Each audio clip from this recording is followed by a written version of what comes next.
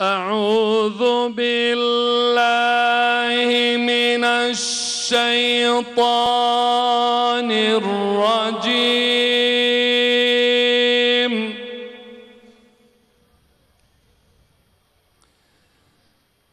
بسم الله الرحمن الرحيم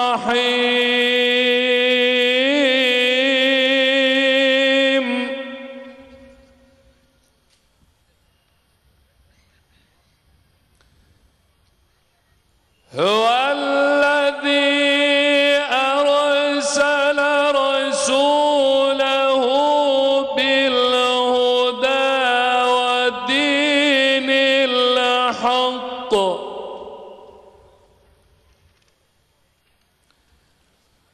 ودين الحق ليظهره على الدين كله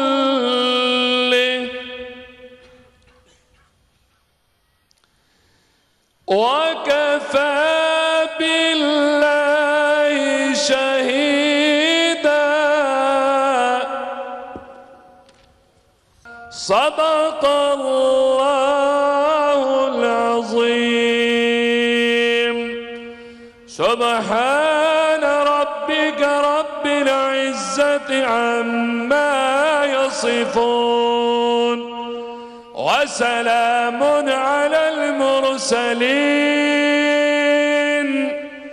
والحمد لله رب العالمين الفاتحة.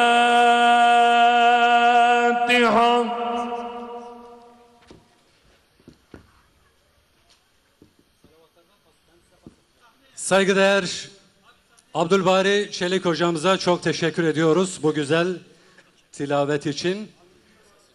Efendim birazdan inşallah sanatçı kardeşlerim huzurlarınızda olacak. Sevdim seni mabuduma canan diye sevdim. Bir ben değil alem sana hayran, sana kurban diye sevdim. Evet buyurun sahne sizin efendim.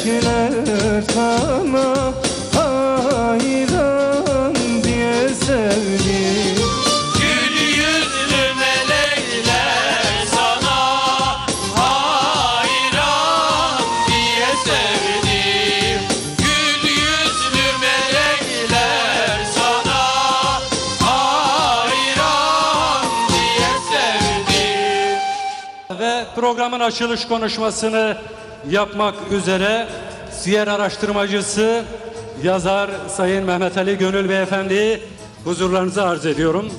Buyurun efendim. Esselatu aleyk ve selamu aleyk Esselatu aleyk ve selamu aleyk.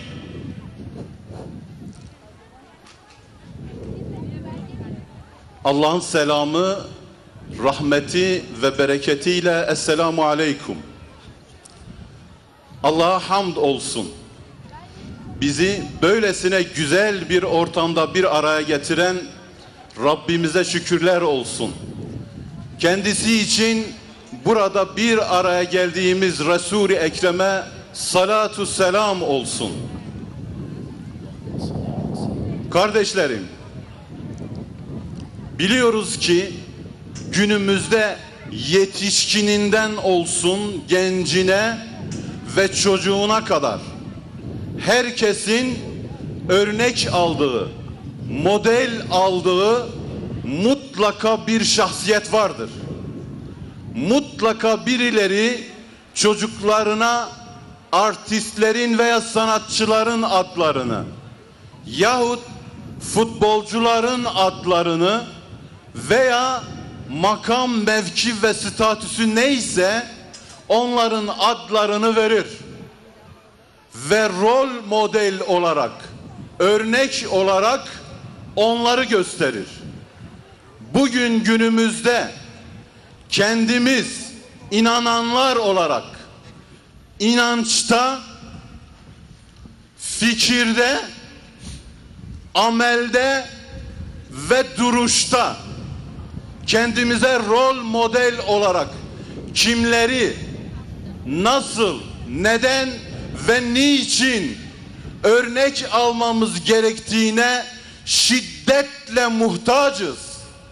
Öylesine bir şiddetle muhtaçlık söz konusu ki bu örneklik önümüzde manevi bir kişilik olarak gidecek ve biz arkasından bütün kalbimizle, bütün yüreğimizle ve bütün varlığımızla kendimizi adayıp yürüyeceğiz.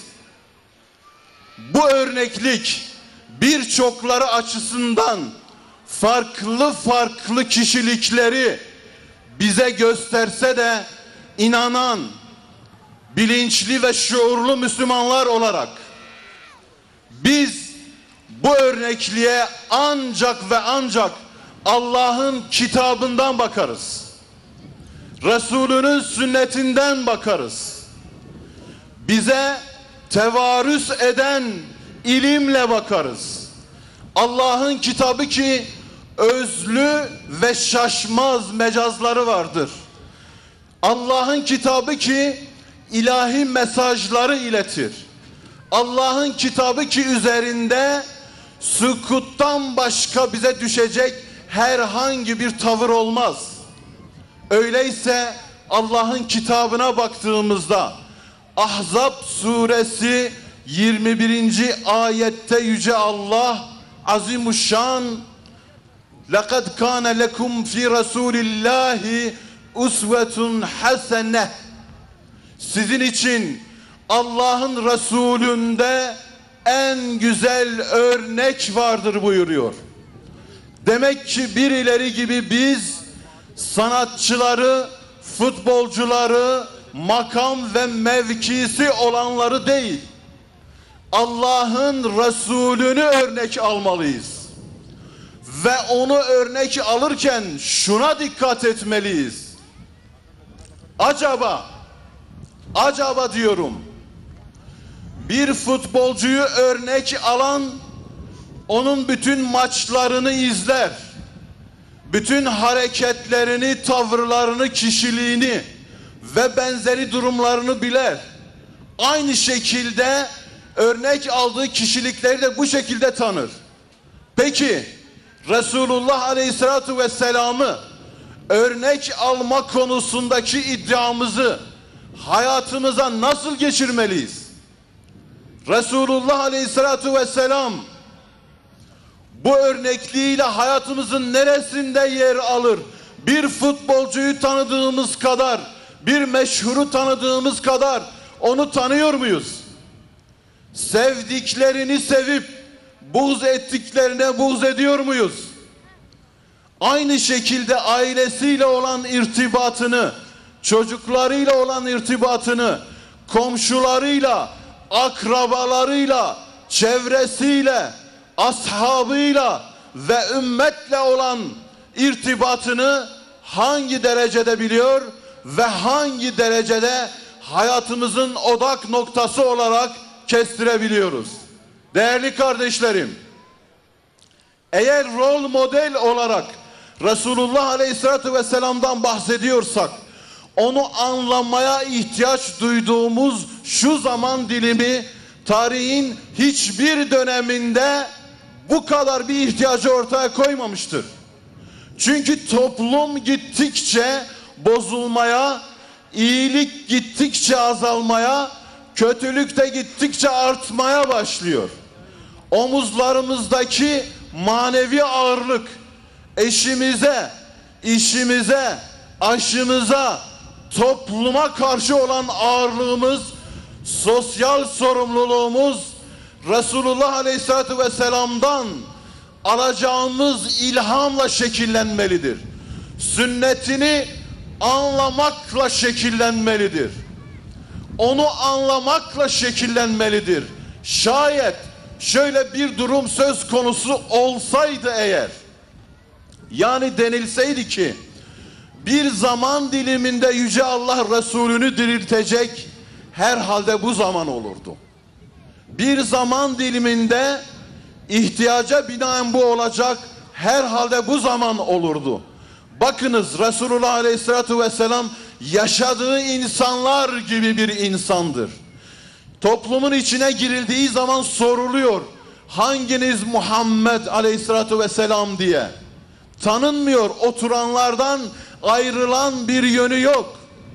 Öyleyse biz onun hayatındaki en büyük özelliklerden bir, ahlakını, iki, Müslümanlar arasında ihtiyaç duyulan kardeşliği, üçüncüsü ailesini, dördüncüsü Resulullah Aleyhisselatü Vesselam'a bırakılan, nezdinde de ümmetine tevarüs olarak gelen sünneti ve kitabı, bu iki emaneti iyi kuşanmalıyız. Çünkü bizler inançta, fikirde, amelde ve duruşta dik bir duruş sergilemezsek, onurlu, izzetli bir duruş sergilemezsek, kimin tabisi olacağımızı iddia ediyoruz ki, ben ancak bana vahiy edilene tabi olurum diyen bir peygamber, ben ancak bana vahiy edilene tabi olurum, o ancak vahiy konuşur, heva ve hevesinden konuşmaz, o güzel ahlakı tamamlamak için gönderildi.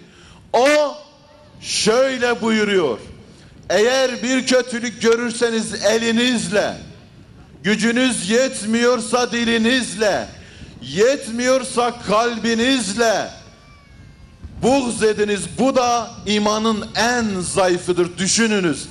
Ve zâlike ed'aful iman. İmanın en zayıfıdır. İmanı diri tutmak için Allah'ın kitabından Allah'ın Resulünü ve imanı diri tutmak için Resulullah'ın bizzat siretini, bizzat siyerini, bizzat örnekliğini, davranışını, bizzat hayatını bilmemiz lazım. Eğer bizim çocuklarımız, kendimiz, toplumumuz bir futbolcuyu, bir meşhuru tanıdığı kadar peygamberini tanımazsa bu ne gaflettir, bu ne aymazlıktır. Ama işte umudumuz bu şekilde meydanları dolduran, bu şekilde meydanlarda Allah'ın adını, Resulünün adını zikreden, meydanlardan, salonlardan, evlerden çıkıp da insanlığa mal olan ve onun mesajını veren bu tür etkinliklerdedir. Bu tür gurur verici olan durumlardadır.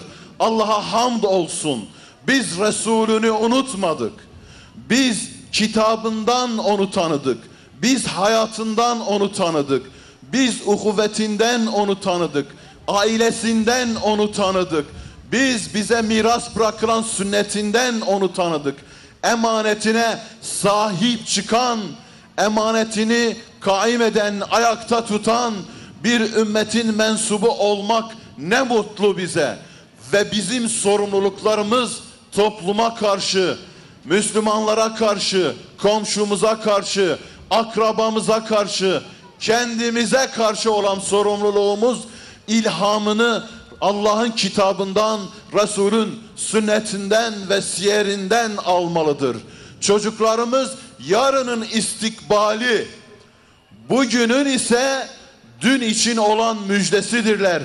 Yarının da şimdiden müjdesidirler.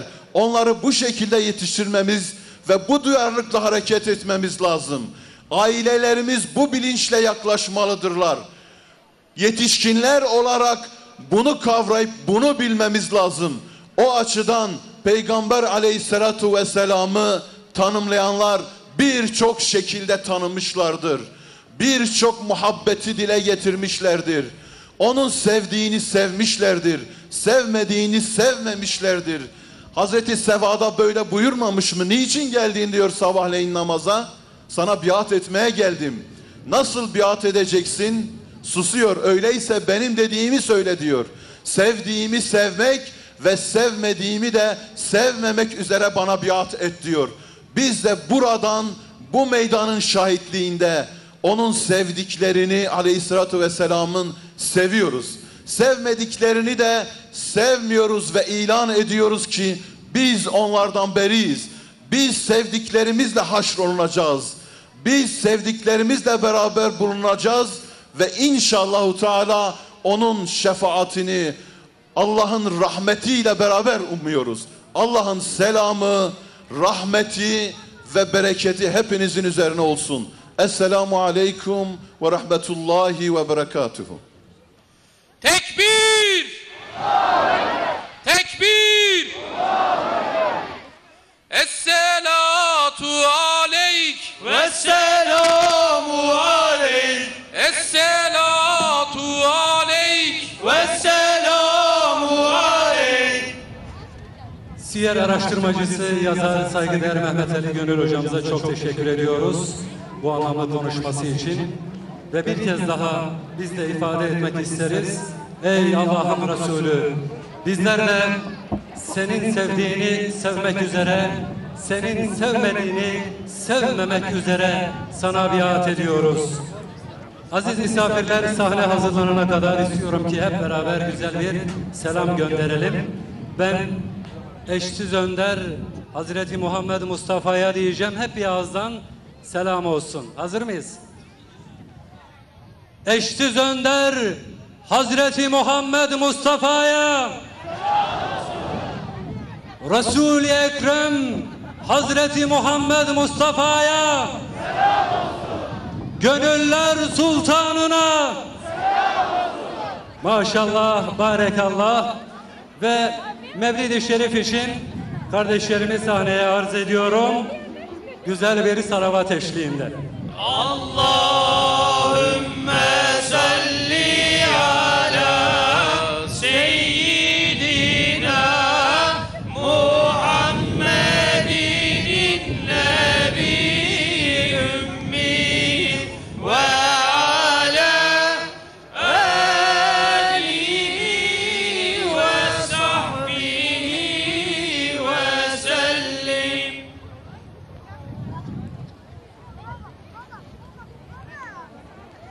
أعوذ بالله من الشيطان الرجيم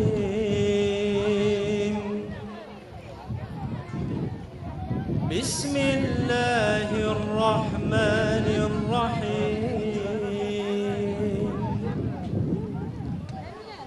إن الله وملائكته يصلون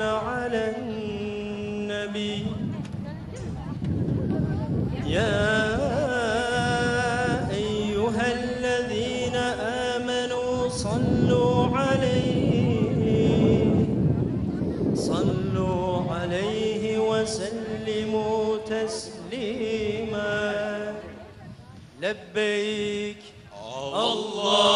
اللهم صل على سيدنا محمد النبي الأمي وعلى آله وصحبه وسلم. Allah adın zikredelim evvela, vacip olur cümle işte her kula. Allah adın her kim ol evvel ana, her işi asan ede Allah ona. Allah Allah adı olsa her işin önü, her gizepter olmayanın sonu. Allah adın dese aşk ile lisan, dökülür cümle günah misli hazan. Allah Her nefeste Allah adın dimidam, Allah adıyla olur her iş tamam. İsmi pakin pak olur zikreyleyen, her murada erişir Allah diyen. Allah Aşk ile gel imdi Allah diyelim, derd ile gözyaş ile ah edelim. Ola kim rahmet kıla ol padişah, ol kerimu ol rahimu ol ilah. Allah Birdir ol şek birliğine yokturur, gerçi yanlış söyleyenler çok durur. Cümle alem yok iken ol var idi, yaratılmıştan gani cebbar idi. Allah Var iken ol yok idi insü melek, arş-ı ferş-ü ay-ı gün hem nuh felek. Sun ile bunlar ol var eyledi, birliğine cümle ikrar eyledi. Allah Kudretin izhar edip hem ol celil, birliğine bunları kıldı delil. Ol dedi bir kere var oldu cihan, olma derse mahvolur ol dem hemen. Allah Varine hacet kılavuz sözü çok, birdir Allah ondan başka ilah yok. Haşredek gerdinülürse bu kelam, nice haşrola bu olmaya tamam. Allah Bes Muhammed'dir bu varlığa sebep, sıdk ile anın rızasın kıl talep. Yerdilersiz rulasız ottan necat, aşk ile derd ile edin es-salat. Esselatu vesselamu aleyke ya Resulallah. Esselatu vesselamu aleyke ya Habiballah. Esselatu vesselam aleyke ya Nebiyallah. Ya Ahmed Muhammed, Esselatu aleyk vesselamu aleyk. ya Nuhra müeyyed, Esselatu aleyk vesselamu aleyk. Nuhra çavayi, Esselatu aleyk vesselamu aleyk. sebra kalbayi. Esselatu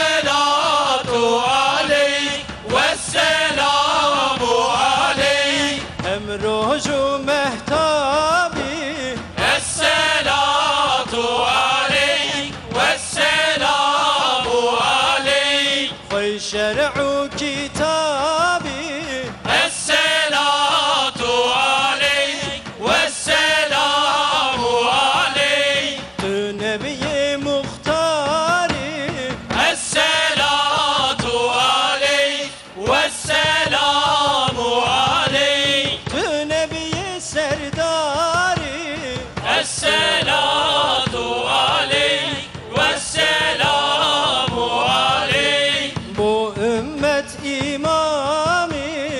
Esselatu aleyk vesselamu aleyk. Emce eşkacı nudir bakış kelam.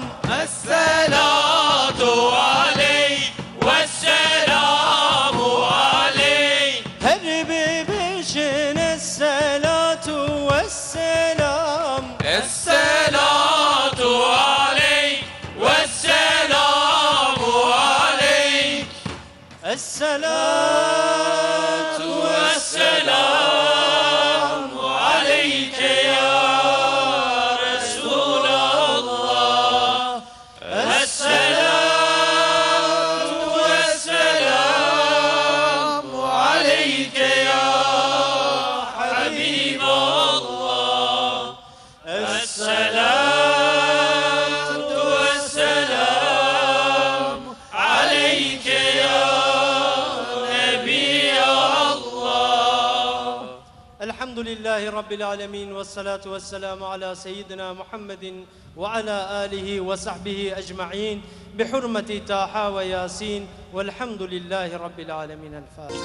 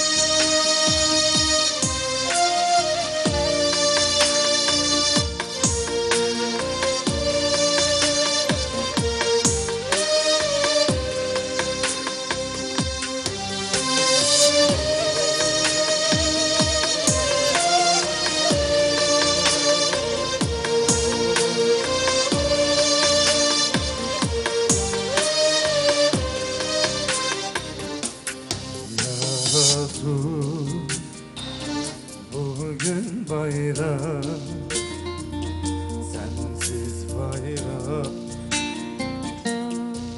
yor gel. Ya Resul, bugün bayram, sensiz bayram olmuyor gel. Gönlüm sana hayran, sensiz bayram olmuyor gel. Şu gönlüm sana hayran, sensiz bayram olmuyor gel. Ay günüm, ay gündüzüm, ay gece, ay yıldızım. Ay günüm, ay gündüzüm, ay gece, ay yıldızım. Sensiz ben çok yalnızım. Sensiz bayram olmuyor gel. Sensiz ben çok yalnızım. Sensiz bayram olmuyor gel. Tekbir!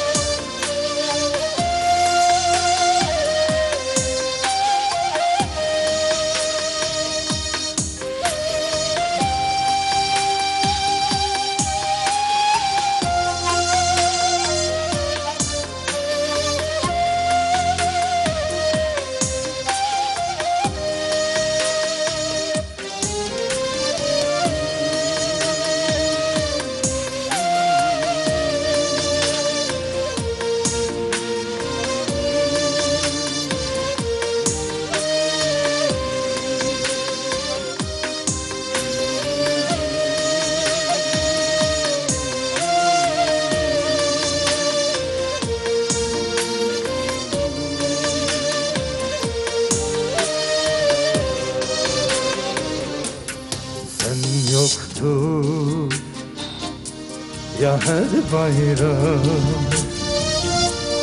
Ben garip, ben gariban. Sen yoktun ya her bayram. Ben garip, ben gariban. Bir çare kaldım ama sensiz bayram olmuyor gel. Bir çare kaldım ama sensiz bayram olmuyor gel. Oy günüm, oy gündüzüm, oy gecem, oy yıldızım. Oy günüm, oy gündüzüm,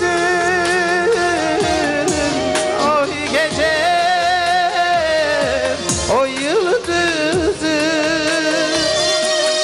Sensiz ben çok yalnızım. Sensiz bayram olmuyor gel. Sensiz ben çok yalnızım. Sensiz bayram olmuyor gel. Sensiz ben çok yalnızım. Sensiz bayram olmuyor gel. Sensiz ben çok yalnızım. Sensiz bayram olmuyor gel. Haydi Allah. Bir!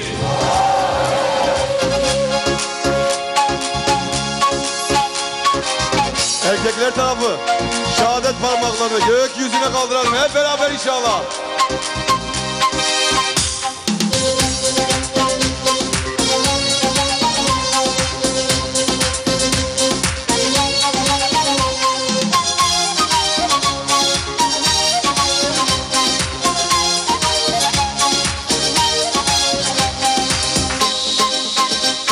Lebbeyk Allah'ım fedayız o aziz kitabına.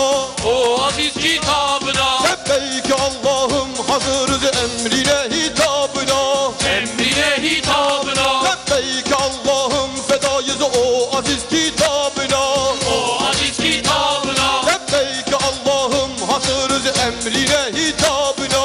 emrine hitabına. Lebbeyk Allah'ım kabul et bizleri dergahına. Lebbeyk, lebbeyk, lebbeyk, lebbeyk, lebbeyk, lebbeyk, lebbeyk ya Allah, lebbeyk ya Allah, Lebbeyk ya Allah, lebbeyk ya Allah. lebbeyk ya Allah, lebbeyk ya Allah, lebbeyk ya Allah, lebbeyk ya Allah.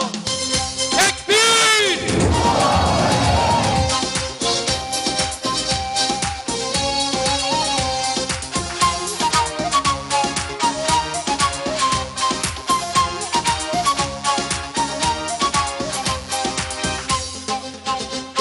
Bizleri layık bir ümmet kıl Habibin Muhammed'e. Habibim Muhammed'e, Dirilişi uğru nasip hediyeti kalmış ümmete. kalmış ümmete. Bizleri layık bir ümmet kıl Habibin Muhammed'e. Habibim Muhammed'e, Dirilişi uğru nasip hediyeti kalmış ümmete. yetim kalmış ümmete. Uyandır bizleri ya Rabbi eriştir selamete. Lebbeyk, lebbeyk, lebbeyk, lebbeyk, lebbeyk, lebbeyk, lebbeyk ya Allah, Lebbeyk ya Allah, lebbeyk ya Allah, lebbeyk ya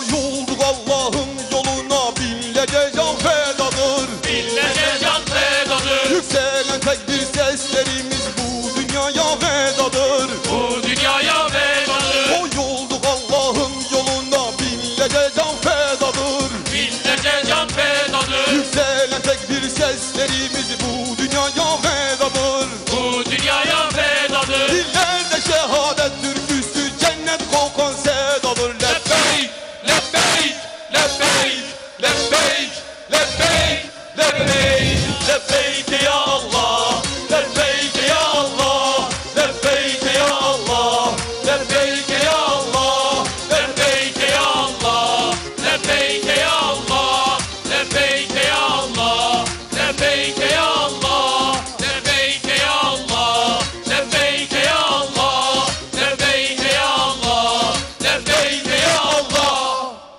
أعوذ بالله من الشيطان الرجيم بسم الله الرحمن الرحيم قال الله تبارك وتعالى في كتاب محكم الكريم أعوذ بالله من الشيطان الرجيم بسم الله الرحمن الرحيم قل إن كنتم تحبون الله فاتبعوني يحببكم الله إلى آخر آية صدق الله العظيم وقال النبي صلى الله تعالى عليه وسلم إنما بعثت لأتمم مكارم الأخلاق صدق رسول الله فيما قال أو كمثله قال. Muhterem büyüklerim, kıymetli anneler, değerli misafirlerimiz, dışarıdan gelen tüm alimlerimize hoş geldin, hoş geldiniz, sefalar getirdiniz. Ulema ile beraber bir hareketin devam etmesi, izzetle, şerefle devam edeceğinin en büyük nişanıdır kardeşlerim. Değerli kardeşlerim, Allah Resulü sallallahu teala aleyhi ve sellemin hayatını anlamak, onun sünnetini yaşamayı tema olarak seçen Peygamber Sevdalılar platformuna hem teşekkür ediyor hem de desteklerimizi veriyoruz. Biz İttihad olarak Allah Resulü'nün zikredildiği, hayatının anlatıldığı her yerde bu konudaki her hizmetin altında imzamızı atarak bu aslında İslam alimlerinin mutlaka merkezinde yer alması gereken İslam davasının en mühim, en mükemmel temel taşı olan Allah Resulü'nün anlaşılması lazım. Kardeşlerim, Resul-i Ekrem aleyhissalatu vesselam kadar hayatı kayıt altına alınmış ikinci bir insan yeryüzünde yoktur. Allah Resulü'nün anlatılmayan, kayıt altına alınmayan hayatının hiçbir noktası yok. Yine Allah Resulü aleyhissalatu vesselamın kendi devrinde met edildiği gibi, kendisine itaat edildiği gibi, kendisinden sonra isminin zikredilerek yad edilen ikinci bir insan yeryüzünde bulunmamaktadır. Değerli kardeşlerim, kıymetli anneler, Allah Resulü Aleyhisselatü Vesselam'ın hayatını, onun kimliğini, kişiliğini anlatmak şöyle birkaç dakika içerisine sıkıştırmamız mümkün değildir. Allahu Teala'nın emrine kulak verelim. Allah bize Resulünü şöyle tarif ediyor. وَمَا اَرْسَلْنَاكَ اِلَّا رَحْمَةً لِلْعَالَمِينَ.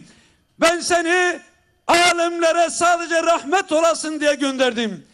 Değerli kardeşlerim, son zamanlarda Allah Resulü'nün içinden çıkarılmış bir İslam sunmaya çalışılıyor. Bunun kesinlikle finansmanlarını Amerika'nın oluşturduğu ve bunun tekrar ümmete dayatılan noktası da Suud ulemasıdır. Öyle inanıyoruz ki Allah Resulü'nün devreden çıkarılıp şu hadis zayıftır, şu hurafedir, şu bidattır deyip de Allah Resulü'nün çıkarıldığı bir İslam sunmaya çalışılıyor. Değerli kardeşlerim, iddia ediyoruz. Allah Resulü olmadan Kur'an anlaşılmaz. Allah Resulü olmadan İslam anlaşılmaz. Allah Resulü olmadan şeriat asla anlaşılmaz. Dolayısıyla kardeşlerim, biz Allah Resulü'nü methedelim, salavat getirelim, Resulullah methedelim, marşlarımızda, ezgilerimizde o aşkı coşmaya, o aşkı yaşamaya çalışalım. Yaptıklarımız Allah-u Teala'nın tanımladığı tanım önünde çok az kalıyor kardeşlerim. وَمَا اَرْسَلْنَاكَ اِلَّا رَحْمَةً لِلْعَالَمِينَ. Bütün aleme rahmet olarak gönderilen bir peygamberi, bütün alemin rahmeti olarak tarif edebileceğimiz bir cümlemiz olamaz. Bu ayetin işini gece gündüz zikretsek, durmadan salavat getirsek de şu ayetin içini dolduramayız. Onun için evet, Allah Resulü benden sonra Beni İsrail peygamberlerini methederek onları ilahlaştırdıkları gibi ilahlaştırmayın. Hadisi var, sahihtir, doğrudur. Ama Allah'ın methettiğinden, Allah-u Teala'nın methettiği kadar methetmekten çekinmeyelim. O bütün aleme rahmet olarak gönderilmiş. Ve Allah-u Teala Allah Resulü'nü tanımlarken ve inneke le'ala hulukin azim. Sen muazzam bir ahlak üzeresin. Muazzam bir ahlak üzere. Değerli kardeşlerim, Allah Resulü'nü Allah bu şekilde takdim ediyor. Peki hayatımızda Allah Resulü'nün, Allah-u Teala'nın tarif ettiği Resulü hayatımızda ne kadar görüyoruz? Allah Resulü'nün ibadete bakış açısı, Allah Resulü'nün aile içerisindeki tavırları, eşlerine karşı olan tavırları ve eşi Hazreti Hatice'nin Allah Resulü'ne karşı olan tavrı, nübüvvetin mektebi, nübüvvetin evinde ne vardı? Evimiz ne kadar Allah Resulü'nün evine benziyor. Değerli kardeşlerim, Allah Resulü güzel bir ahlak üzere. Ey dünya insanları, insan haklarından, liderlerden bahseden dünyaya sesleniyoruz.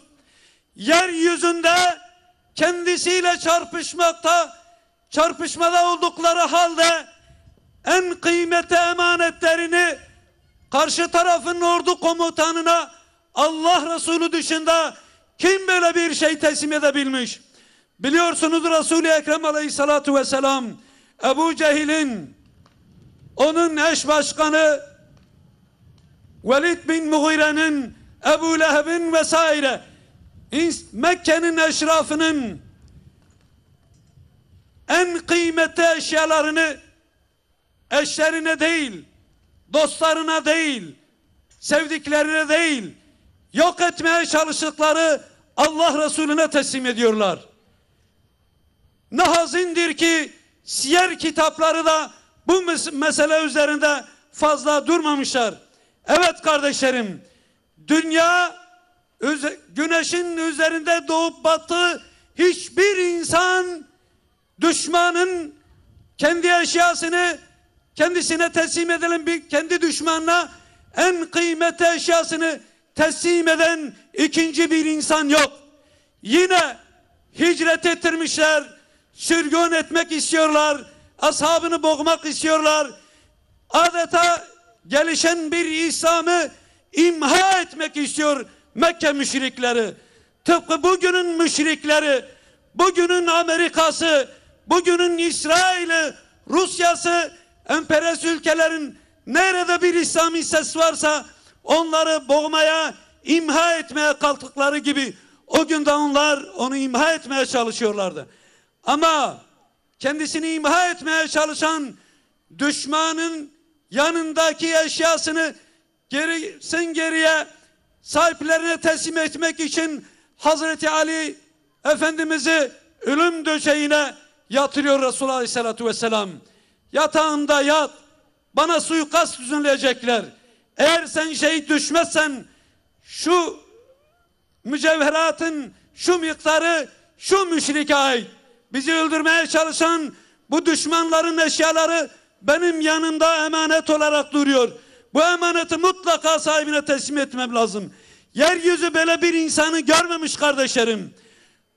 Dolayısıyla yeryüzünde biz de Allah Resulü'ne kaç tane bizim kaç misafirimiz veya komşumuz, akrabamız, dostumuz, akranımız, sevenimiz neleri bize teslim edebilir?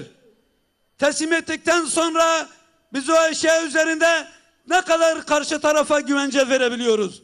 Bunlar çok önemli kardeşlerim. Ve Resul-i Ekrem Aleyhissalatu vesselam yine Hane-i Saadetlerinde Hazreti Enes'in annesi buyuruyor. Ben küçük yaşta Enes'imi Allah Resulüne teslim ettim. Hazreti Enes rivayet eder, der ki 10 yıl boyunca gece gündüz bizzatihi Allah Resulü'nün dizi dibinde yetiştim. Bir gün hatalarımı yüzüme vurarak asla beni rencide edecek bir cinste hatalarımı gördüğü halde sert bir tavırla beni uyardığını hiç hatırlamıyorum. Ey insan eğiten eğitimciler! İşte Allah Resulü aleyhissalatu vesselamın insana bakış açısı bu. Bir gün eşlerine bir parmak fıskiye atmamış Allah Resulü aleyhissalatu vesselam. Kardeşlerim, öyleyse Allah Resulü sallallahu teala aleyhi ve sellem bizim hayatımızın her noktasında bizim için örnektir. Onun sünneti bizim yol haritamızdır. Allah Resulü'nün sünnetini yaşamak söz ile, şekil ile, kültür ile, hatta bilgiyle de değil. Allah Resulü'nün sünnetini anlayıp yaşamak aşkla, imanla, aşkla, marifetle olur, amelle olur, bilgiyle olur. Kardeşlerim, Allah yeryüzünde insanoğlunun hayatı için ne lazımsa hayatımızın her noktası için mutlaka Allah Resulü'nden alacağımız bir modelleme var. O zaman herkes kendi hayatını Resul-i Ekrem'in hayatıyla bir kıyaslasın. Nerede açımız varsa onu kapatalım. Açımızı kapatalım. Siyasetçiler Allah Resulü'nü örnek alması lazım. Sivil toplum kuruluşlarının başkanları Allah Resulü'nü örnek almaları lazım. Okul müdürleri Allah Resulü'nü örnek almaları lazım. Bayanlar Hazreti Hatice annemizi örnek almaları lazım. Öğretmenler Allah Resulü'nün eğitimci vasfını örnek almaları lazım. Camideki hatipler Allah Resulü'nün hayatını, söylem tarzını, hitabet şeklini örnek almaları lazım. Kısaca hayat namına ne varsa mutlaka Allah Resulü'nde vardır. Değerli kardeşlerim, son olarak şunu söyleyeyim. Allahu Teala insanların ibadetinden bahsettiği yerde bütün okları, bütün işaretleri kendi üzerine çeker. Yani ibadeti kendine has kılar. Ama dikkat ediniz.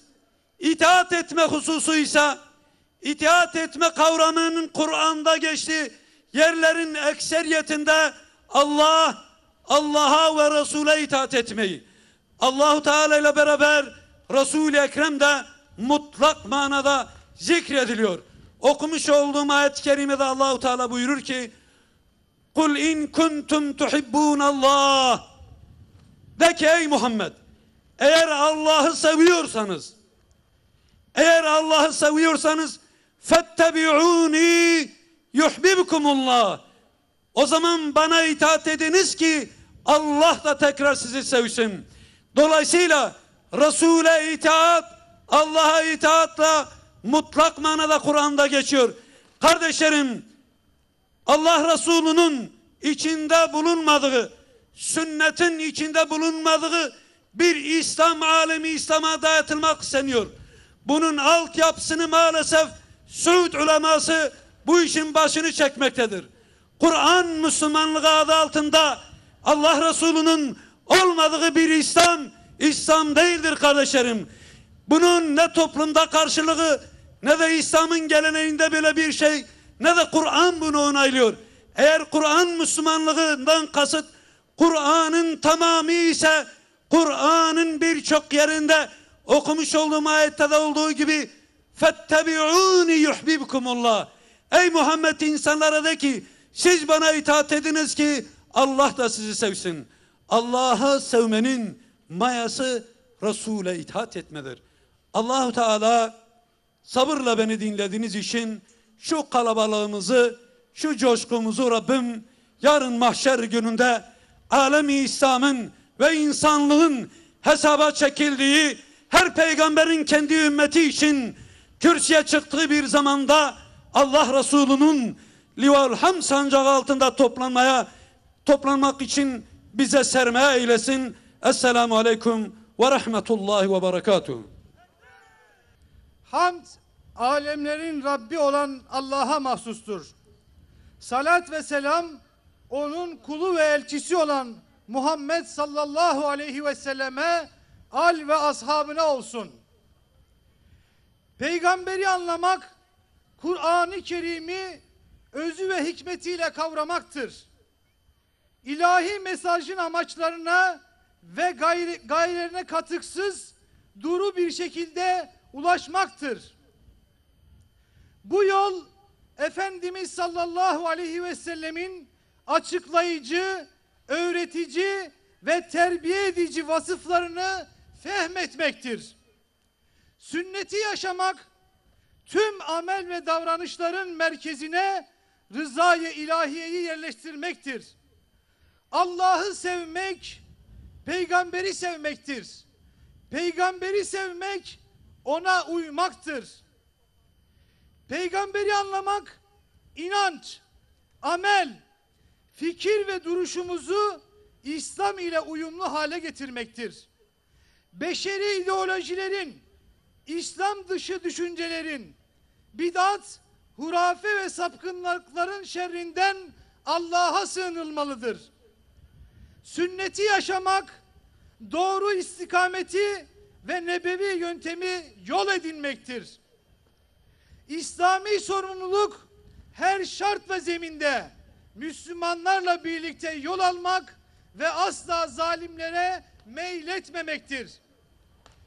Peygamberi anlamak, ey Allah'ın kulları, kardeş olun ilkesinin hakkını ikame etmektir. Bu kardeşlik ancak ve ancak İslam kardeşliğidir.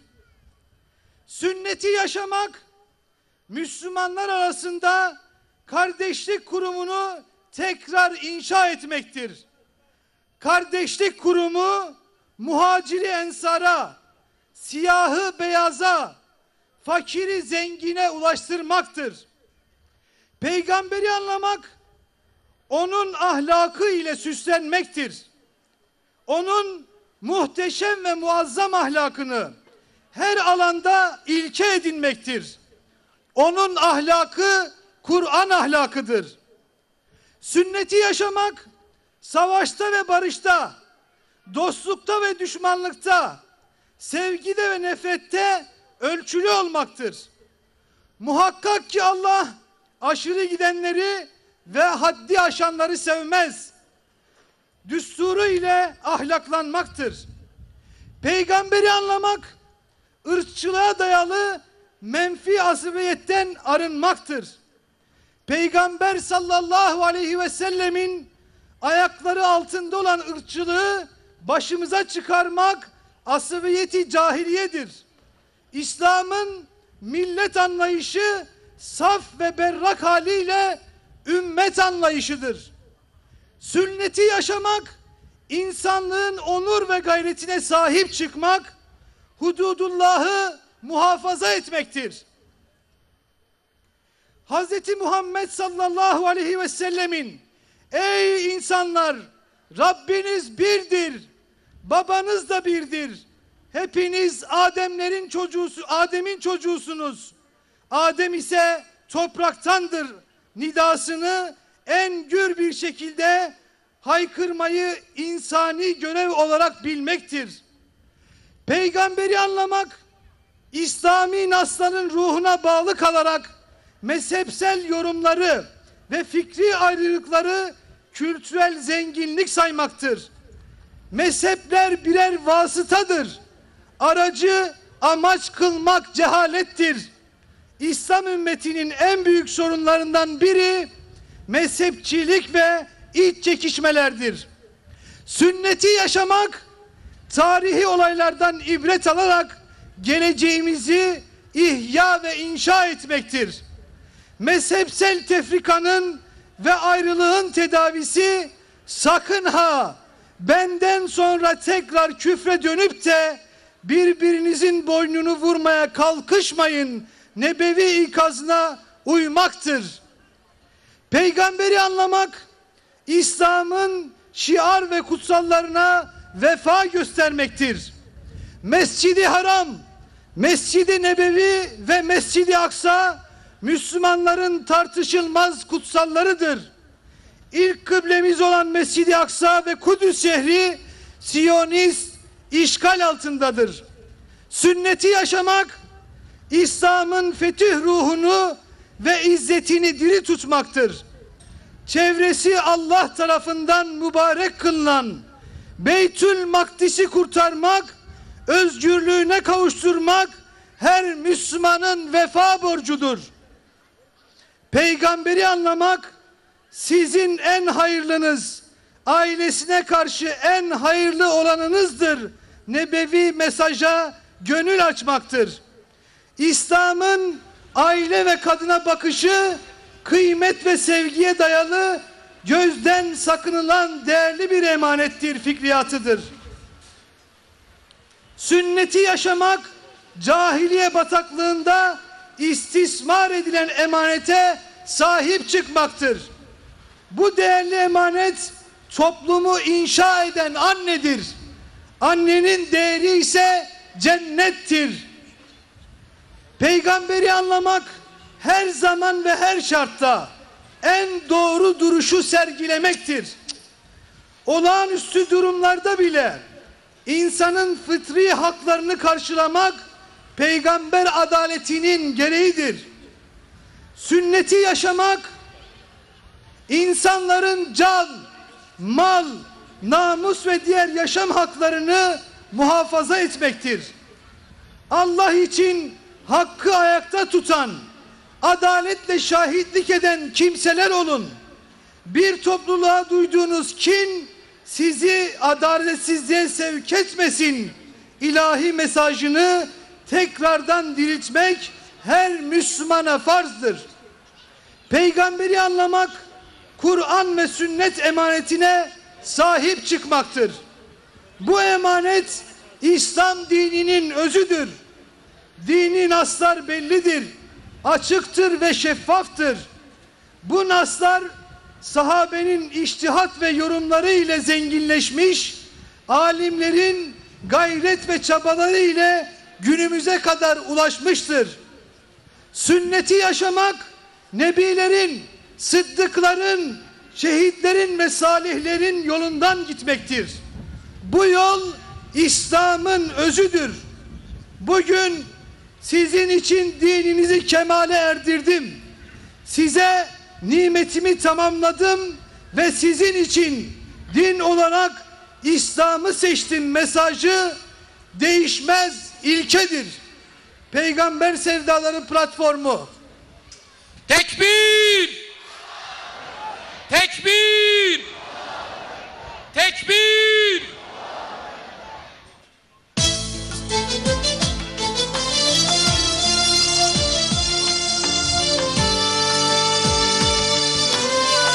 Allahümme salli ala seyyidina Muhammed.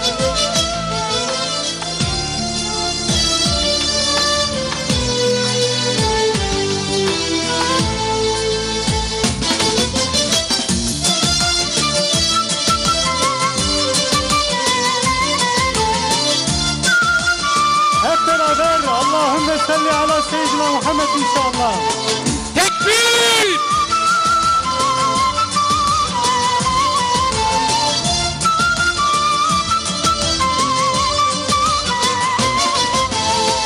Sen adalet önderimiz, rehberimiz Muhammed. Allahümme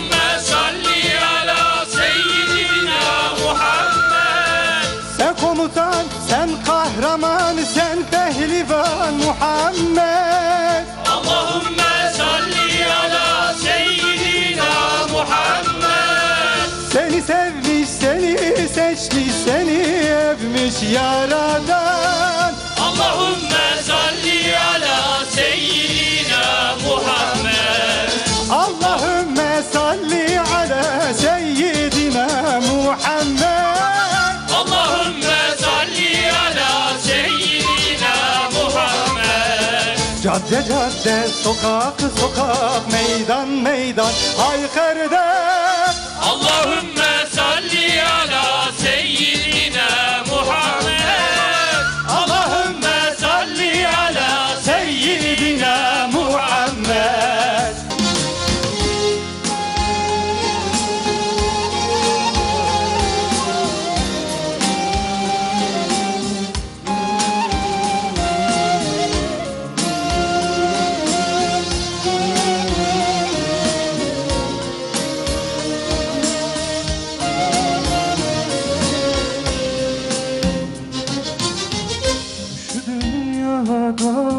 Kimse sen kadar sevilmedi, sevilmeyecek.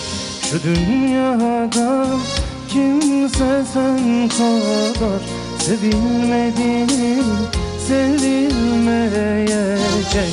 Senin kadar dünyaya değer verilmedi, verilmeyecek.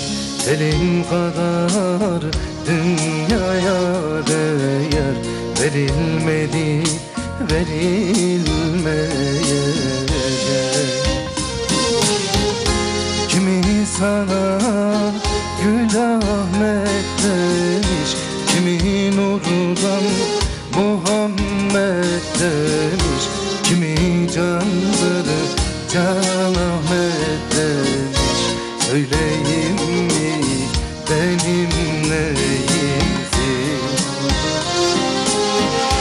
Kimi sana Gül Ahmet demiş, kimi nurdan Muhammed demiş, kimi candır Can Ahmet demiş. Söyleyeyim mi benim neyimsin?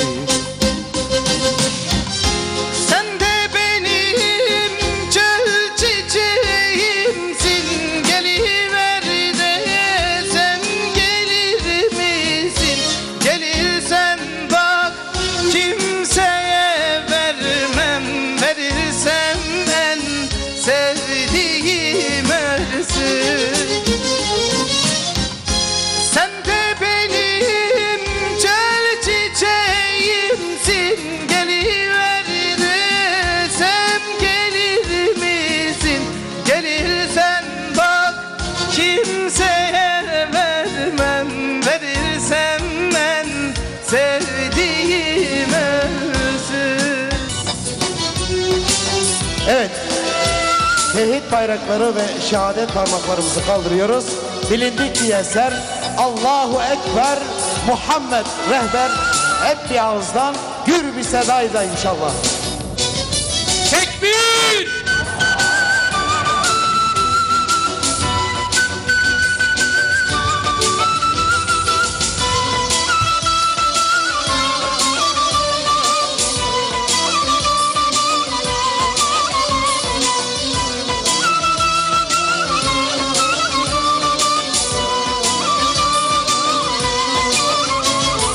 Muhammed Rezanime her dem peşivanime Bevira bevşiyan Muhammed canime Hivoroja azmana Qensida serzimana Gelas ya her zemana Muhammed canime Hivoroja azmana Qensida serzimana Gelas ya her zemana Muhammed canime Allahu Ekber, Allahu Ekber, Allahu Ekber, Muhammed Rehber.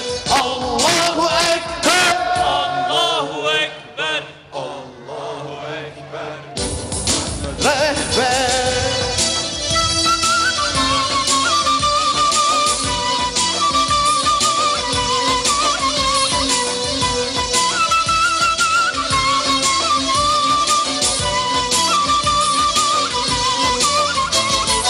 محمد مصطفى جبوی درد و شفای دوست اکبر به وفای محمد جان من او مثال صبریه رونایی قبریه او شفیع حشریه محمد جان من او مثال صبریه رونایی قبریه او شفیع حشریه محمد جان من الله اکبر الله اکبر الله اکبر محمد الله اکبر Allahu Ekber, Allahu Ekber, محمد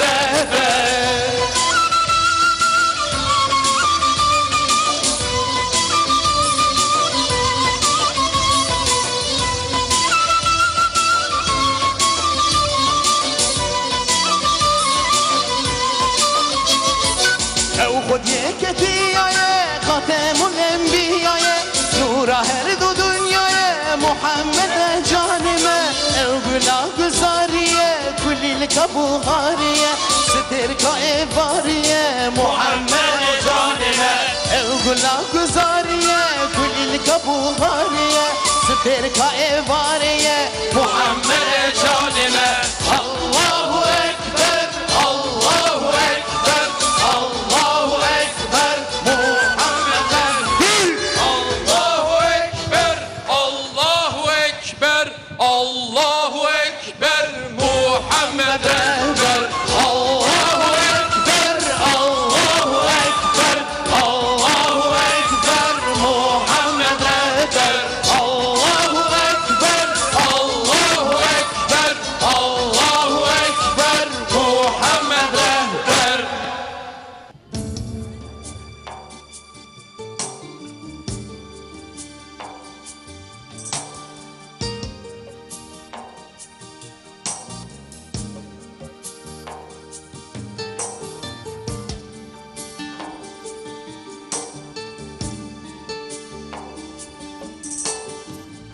Bu bir bağrı yanık, bu bir gönlü kırık, bu bir avare aşığın nidasıdır.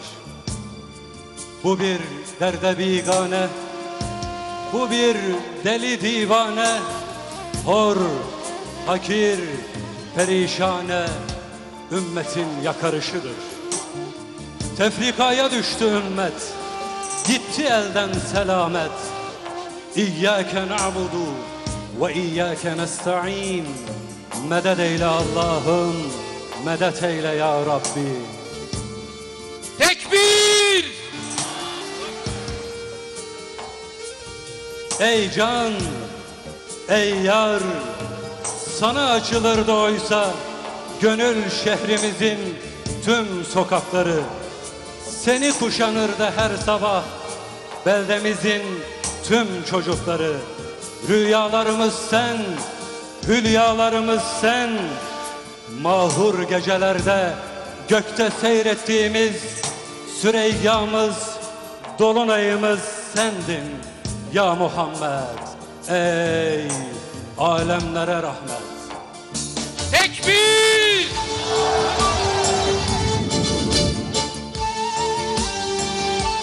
Ve şimdi geçmişin karanlık dehlizinden geleceğin meşhul baharına akıttığımız gözyaşı sensin. Halkların huzuru ve barışı sensin. Mahrumlar sofrasının bereketli ekmeği, aşı sensin. Zalime karşı mazlumun arkadaşı sensin. Sensizlikte gurbet var, sensiz her yerde zulmet ya Muhammed. Ey göklerin müjdesi. Tekbir!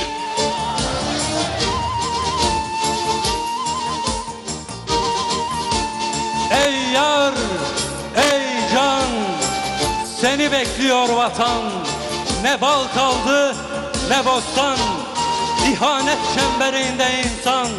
Han viran, hane viran, ses vermiyor minare. Sensiz camiler viran ve virandır sana adanmış zaman. Virandır şimdi şanlı ümmet, Şimdi mazlumdur millet, şimdi yetimdir ümmet. Ya Muhammed, ey insanlığın mimarı. Tekbir!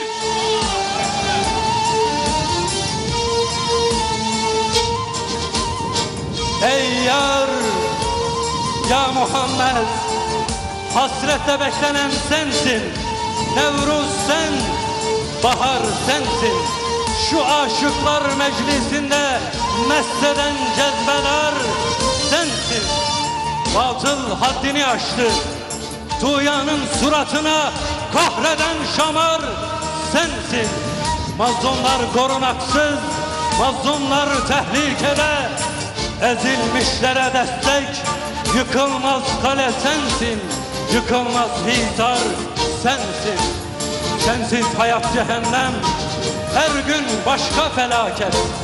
Kurtuluş sendedir yar, kurtuluş seninledir ya Muhammed. Ey ümmetin tek rehberi. Tekbir! Ey yar, 18.000 aleme iftihar, senden özge yar olmaz. Yoluna kurban olmayan diyar, diyar olmaz. Sünnetine uymayan gençler bahtiyar olmaz. Sensiz cihanda vallahi istikrar olmaz. Sensiz her yol dalalet, belleri büktü cehalet. Ya Muhammed, ey irfan peygamberi. Tekbir! Ey can, ey yar, dağlardan büyüktür derdimiz. Seni bekliyor milletimiz, seni özlüyor her ferdimiz. 4 kitabın müjdesi beklenen Ahmet sensin. Yerin, göğün övüncü Hazreti Muhammed sensin. Mahlukatın gururu, her belde ve her kıta, 7 iklimin sururu sensin. Seninle geldi adalet, seninle ihya olur tarumar her memleket. Ya Muhammed, aydınlığın serveri. Tekbir! Ya Muhammed, vallahi can sensin, canan sen. Gençliğin sinesinde tüten heyecan sensin. Karanlık dünyamızda kalbe nur saçan sensin. Umutlar tükenirse kapıyı açan sensin. Sonsuzluk denizinde inci ve mercan sensin. Levlake sarayında taç giyen sultan padişah sensin. Sana feda anam, babam, canım, evladı iyalim, hanım hanım. Ey yar, her varlık aşkla bin salat ediyor sana. Şefaat vesilesidir sana salat etmek. Hem ibadettir Allah katında. Öyleyse ey yar, ey Resul, binler salat ve selam sanadır yar, sanadır can. Ey vahdet ve kardeşlik rehberi. Allahu Ekber. Tekbir! Tekbir! Tekbir! Euzu billahi mineşşeytanirracim. Bismillahirrahmanirrahim. Mümin kullarını çok seven ve mümin kullarının da kendisini çok sevdiği alemlerin Rabbine sonsuz hamdü seneler olsun. Alemlere rahmet olarak gönderilen Peygamber Efendimiz Hazreti Muhammed Aleyhisselatu Vesselam'a sonsuz salat ve selam olsun. Ve Allah'ın selamı, rahmeti, bereketi siz, Allah'ın mümin kulları üzerine olsun. Konuşmama geçmeden önce bir hakkı teslim etmek istiyorum. Bu etkinliği Peygamber Sevdalıları platformu düzenliyor ve Peygamber Sevdalıları platformu yıllardır Türkiye'nin pek çok yerinde, genelinde bu tür etkinlikler düzenliyorlar. Tabii bunun dışında da Peygamber Sevdalıları platformu Peygamber Efendimiz Aleyhisselatu Vesselam'ı anlatmaya çalışıyor, okutmaya çalışıyor, yaşatmaya çalışıyor. Şubat ayında yaklaşık 300.000 kişinin katıldığı Türkiye genelinde bir siyer sınavı düzenlediler. Ve siyer sınavını düzenlerken farklı kategorilerde katılımcılara Peygamber Efendimiz Aleyhisselatu Vesselam'ın hayatını okuttular. Kitaplar olarak bu katılımcılara Peygamber Aleyhisselatu Vesselam'ın hayatını okuttular. Peygamber Efendimiz Aleyhisselatu Vesselam'ı bu tür etkinliklerle, yarışmalarla anlatmaya, okutmaya ve yaşatmaya çalışan Peygamber Sevdalıları platformuna teşekkür ediyoruz ve çalışmalarında Rabbim bereket katsın, Rabbim muvaffak kılsın diyoruz. Hazreti Muhammed Allah'a giden, yani cennete giden yolun cadde-i kübrası olduğu gibi bu dünya hayatında da Hazreti Muhammed'in hayatı ve getirmiş olduğu öğretiler bu dünya hayatında adalettir, kardeşliktir, birliktir, huzurdur, saadettir. Ve bugünkü dünya Hazreti Muhammed Aleyhisselatu Vesselam'ın hayatına son derece muhtaçtır. Ailelerimiz Hazreti Muhammed Aleyhisselatu Vesselam'ın hayatından uzaklaştığı için mutsuzdur. Ve gençlerimiz Hazreti Muhammed Aleyhisselatu Vesselam'ın hayatından habersiz olduğu için başıboştur, mutsuzdur.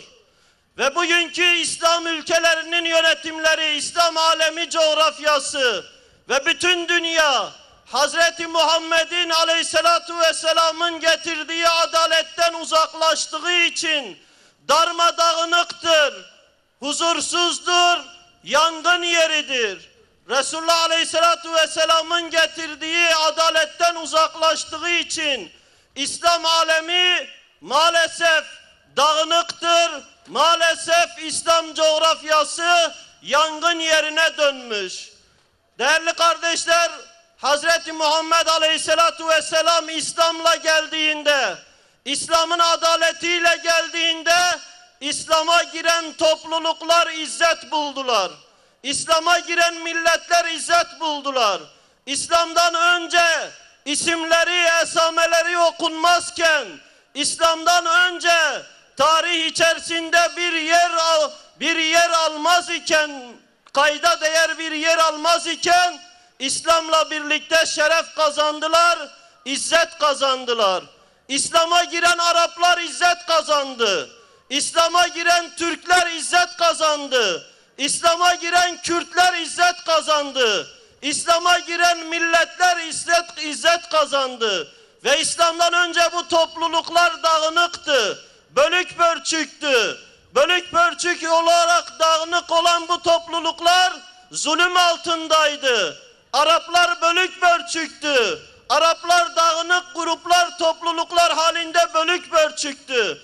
Türkler kabileler halindeydi. Kürtler zayıf olduğu için bir taraftan Bizans'ın zulmü altındaydı, bir taraftan Pers'in zulmü altındaydı. Evet, Farsların bir devleti vardı ama Farslar da ateşe tapan bir topluluktu. Kendi içerisinde zulüm yaşıyordu Farslarda. Farslar da mutlu değildi. Farslar da huzurlu değildi. Farslar da adalet içerisinde yaşayan bir topluluk değildi. Ve Resulullah Aleyhisselatu Vesselam İslam'la gelince Araplar birlik oldu. Kürtler İslam'a girince izzet buldu. Türkler İslam'a girince imparatorluk oldu. Farslar İslam'a girince ümmet oldu İslam alemi ve İslam alemi birlikle izzet buldu, İslam'la hakimiyet kurdu, İslam'la medeniyet kurdu. Ve ne zaman ki İslam aleminde İslam ülkelerini yönetenler, İslam alemini idare edenler adaletten uzaklaşınca İslam alemindeki, İslam ümmetindeki kardeşlik bozuldu, birlik dağıldı. Arap Türk'e düşman oldu, Türk Kürt'e düşman oldu, Kürt Türk'e düşman oldu ve dahili adavet, dahili düşmanlık, dahili çekişmeler, ihtilaflar, fitneler İslam alemini zillete sürükledi. İslam aleminin belini kırdı. Bu yüzden Kudüs işgal altında. Bu yüzden Kudüs maalesef işgal altında. Bu yüzden Filistin özgürlüğünü kaybetti. Bu yüzden Suriye yıkıma sürüklendi. Bu yüzden Yemen şu anda savaşın yıkımını yaşıyor. Değerli kardeşler, tekrardan bozulan kardeşliğimizi düzeltmek istiyorsak, dağılan birliğimizi toparlamak istiyorsak, adaleti tesis etmekten başka çıkar bir yol yoktur. Bozulan kardeşliği düzeltmenin, dağılan birliği toparlamanın yolu adaleti tesis etmektir. Ve adaletin tesisi zulmün ortadan kaldırılmasına bağlıdır. Zulmü ortadan kaldırmakla adalet tesis edilir. Resulullah Aleyhisselatü Vesselam zulmü ortadan kaldırmakla başladı. Daha kendisine peygamberlik tevdi edilmeden zulmü ortadan kaldırmanın oluşumunda yer aldı. Hılful Fudul dediğimiz oluşumda yer aldı. Ve Hılful Fudul üzerinden zulme cephe açtı. Değerli kardeşler, elbette zulmü ortadan kaldırmanın mücadelesini de akılla vermek lazım. Hikmetle vermek lazım. Çünkü İslam alemi zaten iç sorunlar yaşıyor. Dahili düşmanlıklar, adavetler İslam aleminin belini bükmüş durumda. Zulmü ortadan kaldıracağız diye durumu çok daha da kötüleştirmek çok doğru değil, parantez içinde söylüyorum. Suriye işte can yakıcı bir sonuç olarak ortada. Suriye'de zalimi ortadan kaldıracağız diye ayağa kalkanlar ve dünyanın gözünün üzerinde olduğu emperyalist dünyanın Suriye üzerinde gözü olanlar Suriye'yi işte bu hale, bugünkü maalesef bu hale sürüklediler. İslam'da fıkhi bir kural olarak İslam'ın fıkhında yer almıştır. Bir münker, ortada bir münker varsa bu münkeri ortadan kaldırmak için atılacak adım durumu daha da kötüleştirecekse o adımı atmak caiz değil diyor İslam fıkhı. Ortada bir münker varsa, kötülük varsa bu kötülüğü ortadan kaldırmak için atılacak adım durumu daha da kötüleştirecekse bu adımı atmak caiz değil diyor İslam fıkhı. Değerli kardeşler, evet, Allah zulümle ilgilenmiştir. Peygamber Aleyhisselatü Vesselam zulümle ilgilenmiştir. Ve sadece toplulukların uğradığı zulümlerle de ilgilenmemiştir. Sadece milletlerin, sadece toplulukların uğradığı zulümle ilgilenmemiş. Ferdin uğradığı zulümle de ilgilenmiştir Allah-u Teala ve Allah Resulü. Kur'an-ı Kerim'in bütün ayetleri önemlidir. Kur'an-ı Kerim'in bütün ayetleri etkileyicidir. Ama en etkileyici olanlardan bir tanesi biliyor musunuz hangisidir? Mücadele suresinin 1. ayetidir. Estaizu billah. Kad semi'allahu kavlelleti tucadiluke fi sevciha. Dikkat edin bayan kardeşler. Allah-u Teala Kur'an-ı Kerim'de Mücadele suresinin 1. ayetinde Kur'an'ın manşetine şu hadiseyi çekiyor. Diyor ki kocası hakkında, kocasından gördüğü zulüm hakkında seninle mücadele eden, tartışan ve Allah'a şikayette bulunan kadının sesini Allah işitti diyor. Kocası hakkında, kocasından uğradığı zulüm hakkında seninle mücadele edip tartışan ve Allah'a şikayette bulunan kadının sesini Allah işitti diyor. Allah bir kadının uğradığı zulümle ilgileniyor. Allah bir kadının kocası eliyle uğradığı zulümle ilgileniyor. Ve gökler ötesinden ben o kadının sesini işittim diyor. Ve Kur'an-ı Kerim'in manşetine çekiyor. Kur'an-ı Kerim'in manşetine Mücadele Suresinin 1. ayeti olarak yerleştiriyor. Ben hadiseye girmek istemiyorum. Sadece İslam'ın ve İslam'ın peygamberinin zulüm karşısında verdiği mücadele ve zulümle ilgilendiğinin örneğini ortaya koymak adına bunu söyledim. Değerli kardeşler, bizlerin adaleti tesis edip zulmü ortadan kaldırmak gibi bir sorumluluğu var. Ama bunu yaparken İslam aleminin içinde bulunduğu durumu, memleketin içinde bulunduğu durumu göz önünde bulundurup hikmetle, akılla, yapıcı bir tarzda yapmak zorundayız. Değerli kardeşler, Hazreti Muhammed Aleyhisselatu Vesselam'ın hayatına muhtacız dedik. Ve en çok da Müslümanlar olarak aslında muhtacız. İslam alemi olarak muhtacız.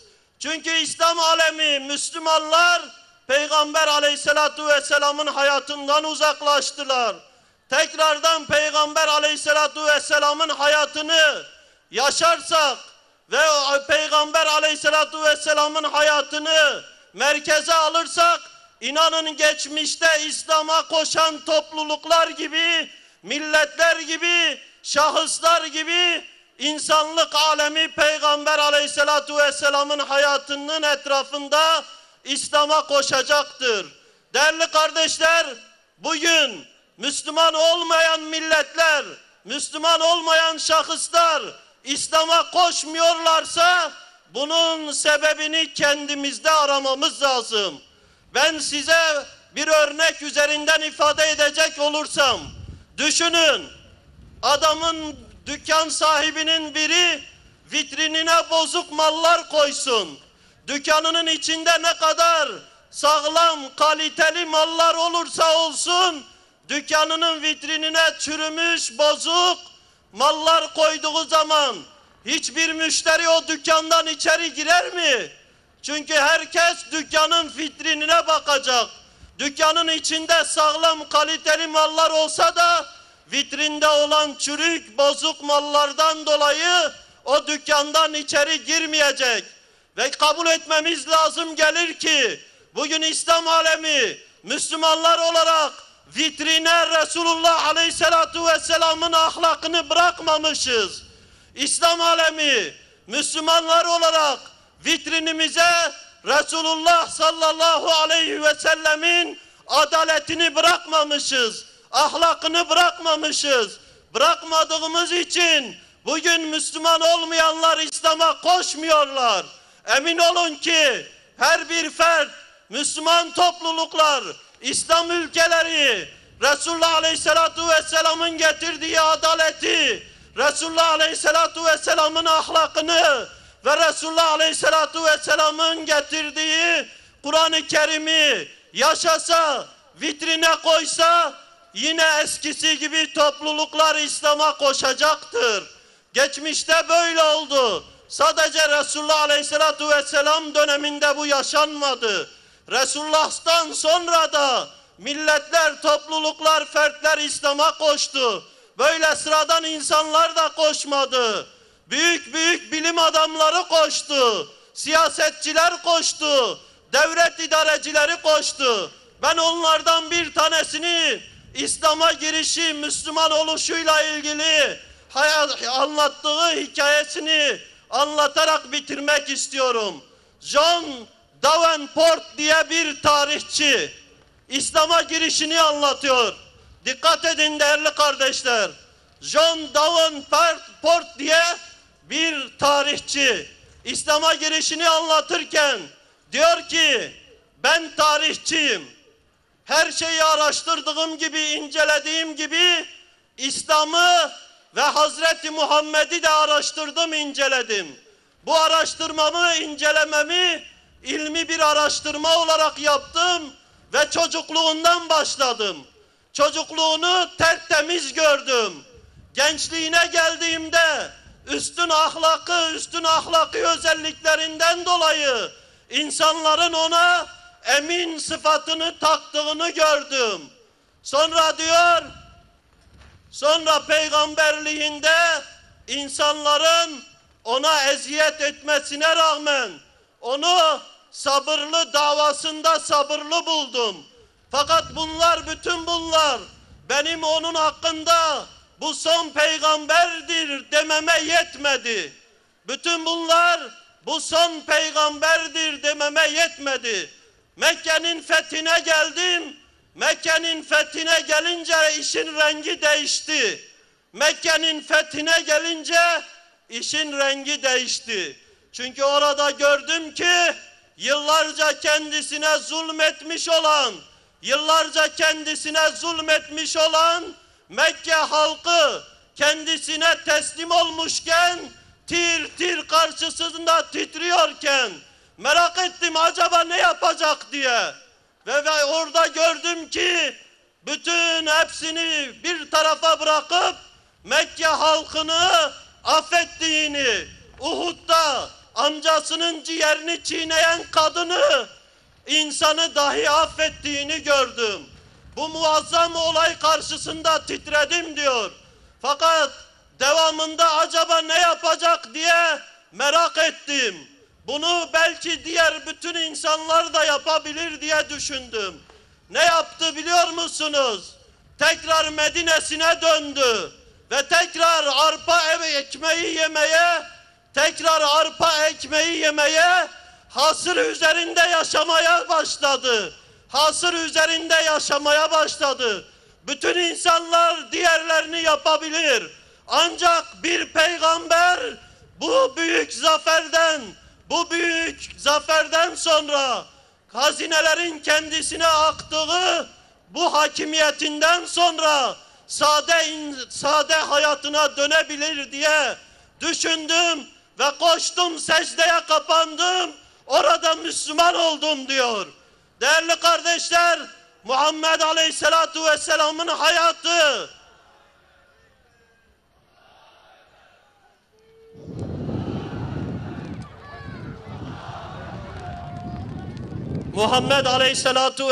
hayatı sadece kendi döneminde insanlığa rahmet olmamış. Sadece kendi döneminde insanlığa kurtuluş olmamış. Sadece kendi döneminde insanlığa hidayet olmamış, huzur olmamış, barış olmamış, kardeşlik olmamış. Vefatından sonra da insanlığa huzur, adalet, barış, kardeşlik, hidayet, kurtuluş olmaya devam etmiş. Kıyamete kadar da devam edecektir. Muhammed Aleyhisselatu Vesselam Allah'ın nurudur. Allah'ın nurunu hiç kimse söndürmeye güç yetiremeyecektir. Hepinizi Allah'ın selamıyla selamlıyor ve hepinize Rabbimin rahmetini, bereketini, kurtuluşunu diliyorum. Esselamu Aleyküm ve Rahmetullahi ve Berekatuhu.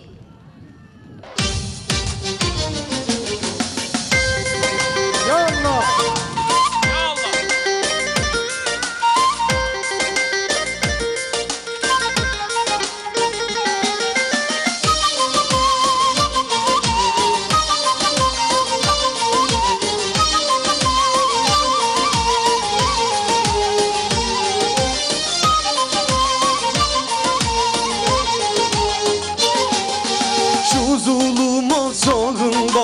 Hasretin doruğunda, şu zulüm aşağında, hasretin doruğunda, aşkınla kavrulmuşum. Yolundayız yolunda, aşkınla ya Muhammed, yolundayız yolunda.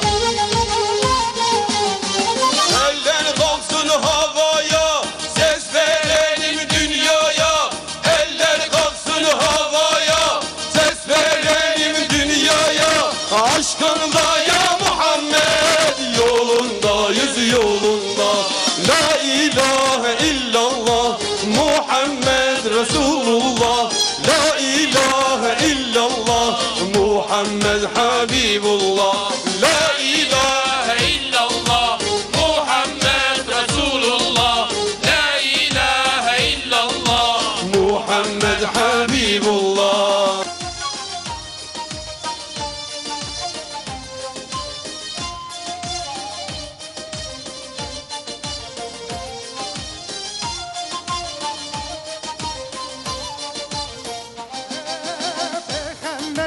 Hatemkiye Muhammed'e Muhammed'e Rojraniye her derkiye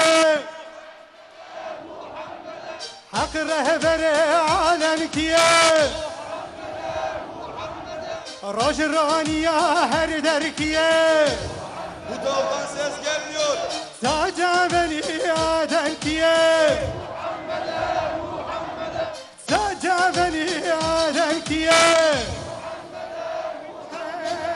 Muhammed'e Muhammed'e rehberime Muhammed'e Muhammed'e Muhammed'e rezanime Muhammed'e. Tekbir! Tekbir! Tekbir!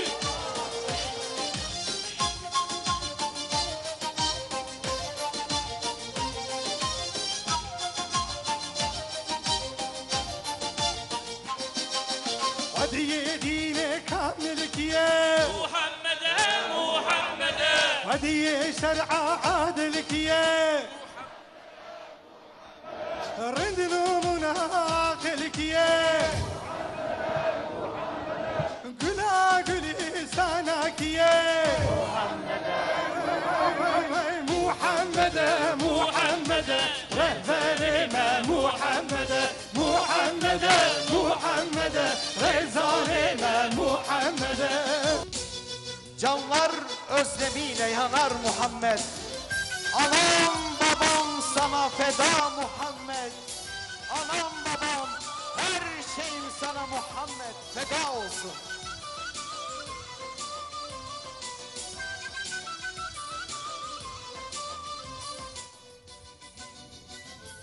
O Bedir Yılmaz kahramanıdır. O gelecek neslin şah damarıdır. Onunla bu ümmet şahlanmalıdır. Canlar özlemiyle yanar Muhammed. Ana babam sana feda Muhammed.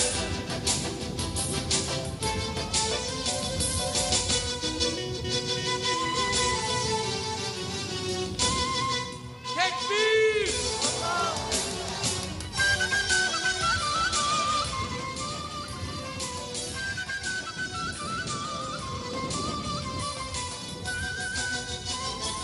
Sensiz mazlumların boynu bükülür.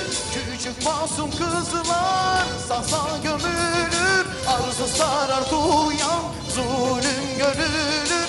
Canlar özlemiyle yanar Muhammed. Ana babam sana feda Muhammed. Canlar özlemiyle yanar Muhammed. Ana babam sana feda Muhammed.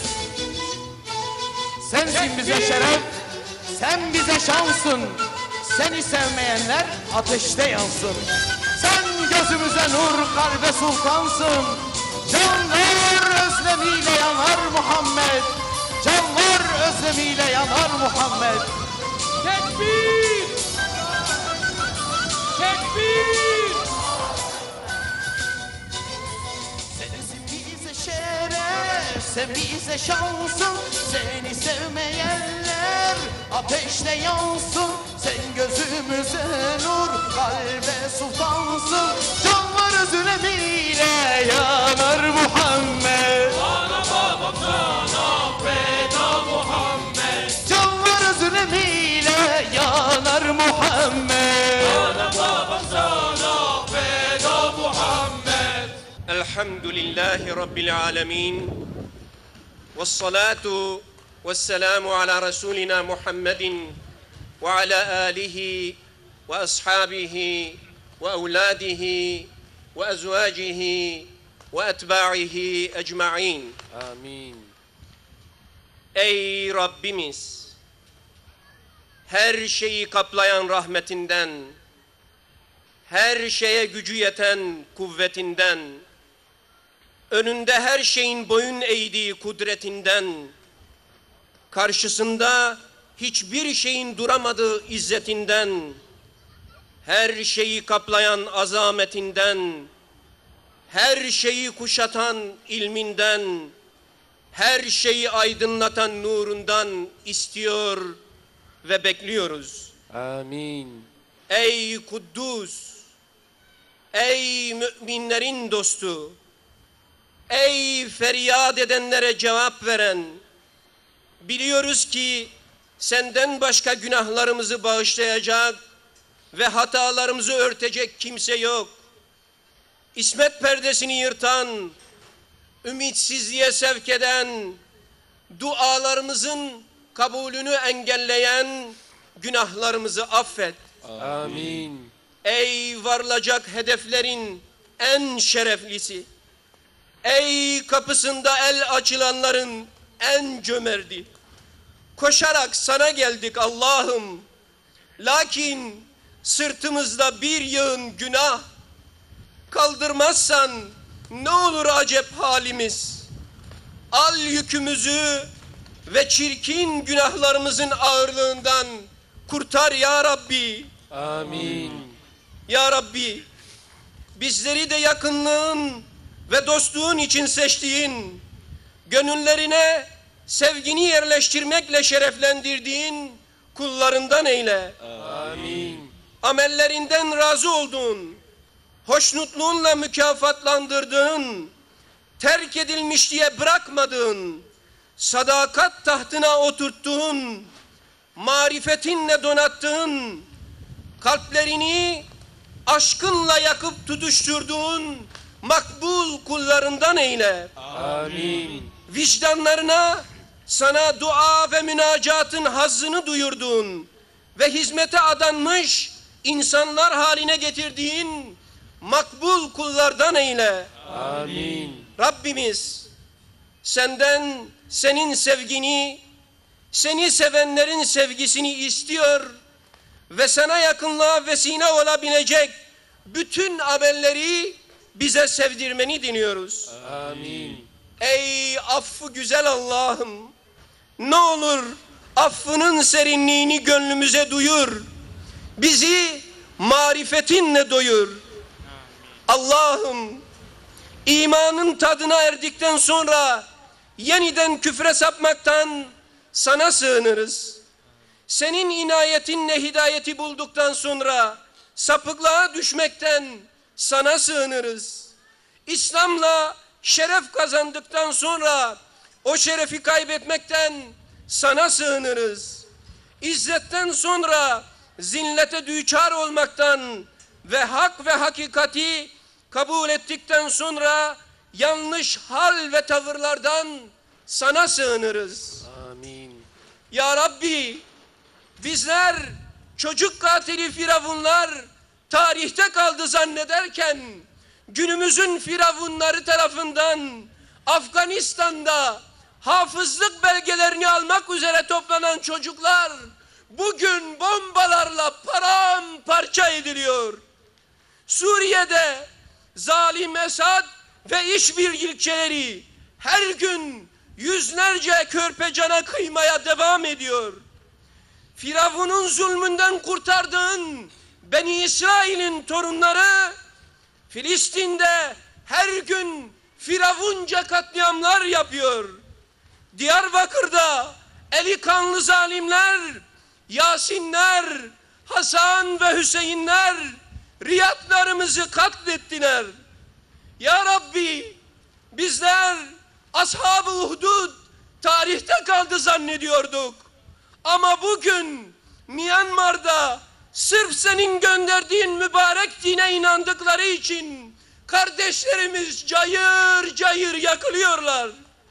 Allah'ım, gücümüzün zayıflığını, çaresizliğimizi ve insanlarca önemsenmeyişimizi sana şikayet ediyoruz. Ey Nuh Aleyhisselam'ı karanlıklardan çıkaran en-Nur, Ey Yusuf Aleyhisselam'ı karanlık kuyulardan çıkaran en-Nur! Ey Yunus Aleyhisselam'ı denizlerin dibinden ve balığın karnından çıkaran en-Nur! Ne yapacağını bilemez bir şekilde darmadağın olmuş, güçsüz ve perişan kalmış, gözleri semada imdat bekleyen ümmeti Muhammed'i de nura çıkart ya Rabbi. Amin. Bu etkinliğin düzenlenmesinde az veya çok yardımı dokunan bütün kardeşlerimizi, çok sevdikleri Muhammed Mustafa sallallahu aleyhi ve sellem yine cennetlerde buluştur ya Rabbi. Amin. Amin. Amin. Velhamdülillahi Rabbil alemin. El Fatiha.